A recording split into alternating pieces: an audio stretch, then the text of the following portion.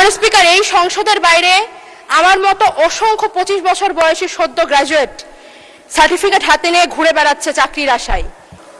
মুসাম্মদ নুসরত তাবাসসুম জ্যোতি, মহিলা আসন 50।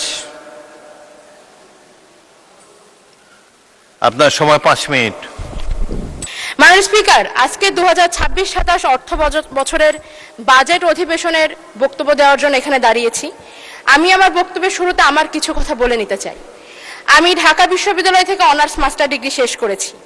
যদি ছাত্র জীবন থেকে রাজনীতির সাথে সংযুক্ত না থাকতাম, যদি জুলাই গণ অভ্যুত্থানের মতো ঐতিহাসিক ঘটনার অংশ না হতাম, কিংবা যদি আমার দল আমাকে মনোনীত না করত, তাহলে হয়তো আজ আমি এই সংসদে দাঁড়িয়ে থাকতে পারতাম না। মাননীয় স্পিকার, এই সংসদের বাইরে আমার মতো অসংখ্য 25 বছর বয়সী সদ্য গ্রাজুয়েট সার্টিফিকেট হাতে নিয়ে ঘুরে বেড়াচ্ছে চাকরির আশায়। দেশে চাকরি নেই, ব্যবসার সুবিধা নেই, কৃষিকাজের জন্য পর্যাপ্ত জমি নেই, বিসিএস ছাড়া অন্য কোনো পেশায় মান সম্মান নেই। মাননীয় স্পিকার, পুলিশ হেডকোয়ার্টারের তথ্য অনুযায়ী বাংলাদেশে গড়ে প্রতি বছর আত্মহত্যার হার 11,000-এর অধিক, যার মধ্যে প্রায় 65%ই তরুণ তরুণী।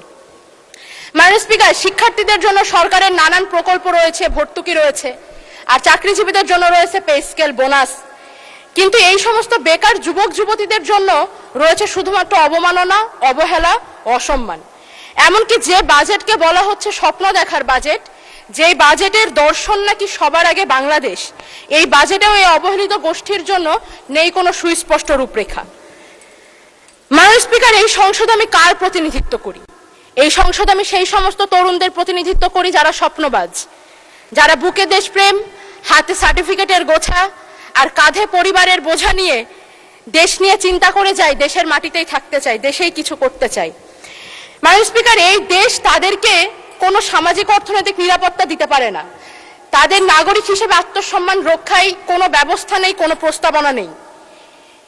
মাননীয় স্পিকার, আজ জাতীয় সংসদে বাংলাদেশের প্রধানমন্ত্রী উপস্থিত নেই। আমি শিক্ষিত বেকার তরুণদের প্রতিনিধি হিসেবে আপনার মাধ্যমে মাননীয় প্রধানমন্ত্রীকে অনুরোধ জানাতে চাই, আলোচনা সমালোচনার বাইরেও সত্যি সত্যি কাজে লাগবে এরকম কিছু নিয়ে আসুন। এই বিপুল কর্মক্ষমতাকে কাজে লাগানোর জন্য আমি কিছু প্রস্তাবনা রাখতে চাই। বর্তমানে সরকারি চাকরিতে শূন্য পদের সংখ্যা 4 লক্ষাধিক। সরকারি অফিস আদালতে পর্যাপ্ত লোকবল নেই। এই ক্ষেত্রে স্থায়ী জনবল নিয়োগের আগ পর্যন্ত চুক্তিভিত্তিক অসচ্ছল মেধাবী শিক্ষার্থীদেরকে অগ্রাধিকার ভিত্তিতে পার্ট টাইম কাজের সুবিধা করে দেওয়া যেতে পারে। এটি যেমন তাদের অভিজ্ঞতাকে সমৃদ্ধ করবে, তেমন তাদের সামাজিক ও অর্থনৈতিক নিরাপত্তা দেবে। আবার সরকারও লোকবল সংকট থেকে মুক্তি পাবে। মাননীয় স্পিকার, দক্ষ মানব সম্পদ গঠনের উদ্দেশ্যে বাংলাদেশের সরকার বিভিন্ন সময় বিভিন্ন কারিগরি প্রশিক্ষণ দিয়ে থাকে, কিন্তু বর্তমান যুগটাই টেকনোলজির যুগ। এই বিশ্বায়নের যুগে পুরো পৃথিবী মার্কেট প্লেস। যুগের সাথে তাল মিলাতে শিক্ষিত তরুণদের জন্য অন্যান্য কারিগরি প্রশিক্ষণের পাশাপাশি সরকারের উচিত সরকারি ইনভেস্টমেন্টে ফ্রিল্যান্সিং ট্রেনিং এর উপরে গুরুত্ব আরোপ করা।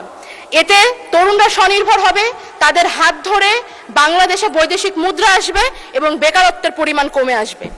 আমি অনুরোধ জানাবো এই সমস্ত শিক্ষিত বেকার তরুণদের কথা গুরুত্বের সাথে মাথায় রাখার জন্য, কারণ আমাদের ভুলে গেলে চলবে না যেই গণ অভ্যুত্থানের মাধ্যমে বাংলাদেশ থেকে স্বৈরাচার বিতাড়িত হয়েছে, তার অন্যতম চালিকা শক্তি